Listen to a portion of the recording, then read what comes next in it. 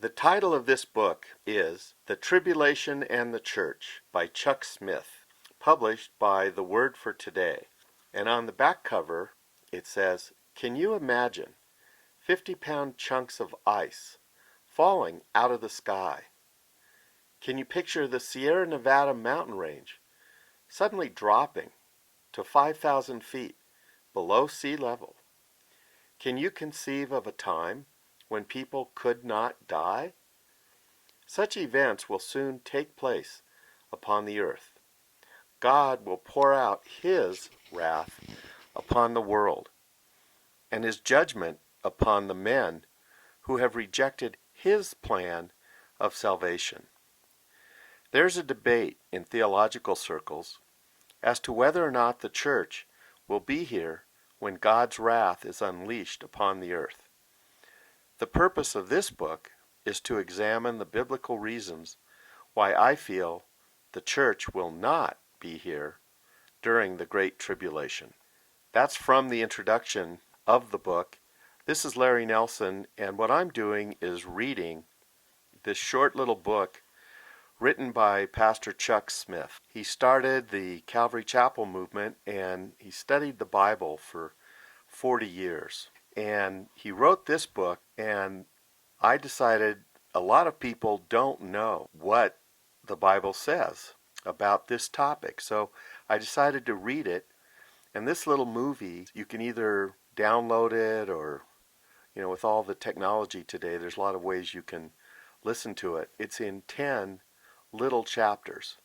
Some of them are just 2 or 3 minutes. I'll start, and on page 6, the introduction says, quote, "Can you imagine 50-pound chunks of ice falling out of the sky? Can you conceive of the devastation from a hailstorm with hailstones weighing 50 pounds? Where would you hide? How could you be safe? The hailstones would rip through the roof of your house as if it was paper. They would flatten your automobile. The hail would destroy and level almost everything. What could stand up under that kind of bombardment? Can you picture the Sierra Nevada mountain range suddenly dropping to 5,000 feet below sea level?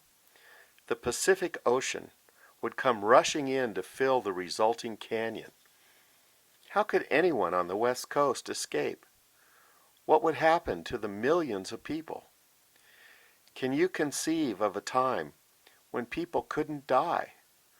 Perhaps their bodies would be mangled in a plane crash, yet their spirits would refuse to leave. They'd have to remain in a maimed condition for 6 months, waiting for death. Such events will soon take place upon the earth. God will pour out His wrath upon the earth and the people who dwell upon it, who have rejected His plan of salvation.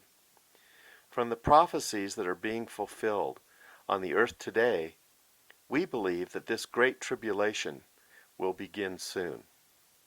There's a debate in theological circles as to whether or not the church will be here when God's wrath is unleashed upon the earth. Many are saying the church must go through this time period of judgment known as the Great Tribulation. They speak disparagingly of the blessed hope that Christ will come for His church before God's judgments are loosed upon the earth. Since they maintain that there's to be no escape for the church, they make the prayer Christ encouraged us to pray in Luke chapter 21 verse 36 meaningless. The purpose of this book is to examine the biblical reasons why I feel the church will not be here during the Great Tribulation. Next, chapter 1, the 2 tribulations, on page 9. I decided, since most people really don't know much about this topic, that I would simply read this book by Pastor Chuck Smith so that you could get the information, and with all the technology we have today, you can download it and just listen to it whenever you want. Every day in the news we hear about ISIS and the atrocities being committed, and Christians' heads being cut off and burned, and just horrible, horrible evil. that we've never really seen before. We hear the talks about Iran and their desire to have nuclear weapons, and how they say that Israel is the little Satan and the United States is the great Satan. And North Korea, China, Russia invading the Ukraine. The world we live in is crazy. That's why I think this is information you will want to hear, and you may want to let your friends hear this too. Now, chapter 1.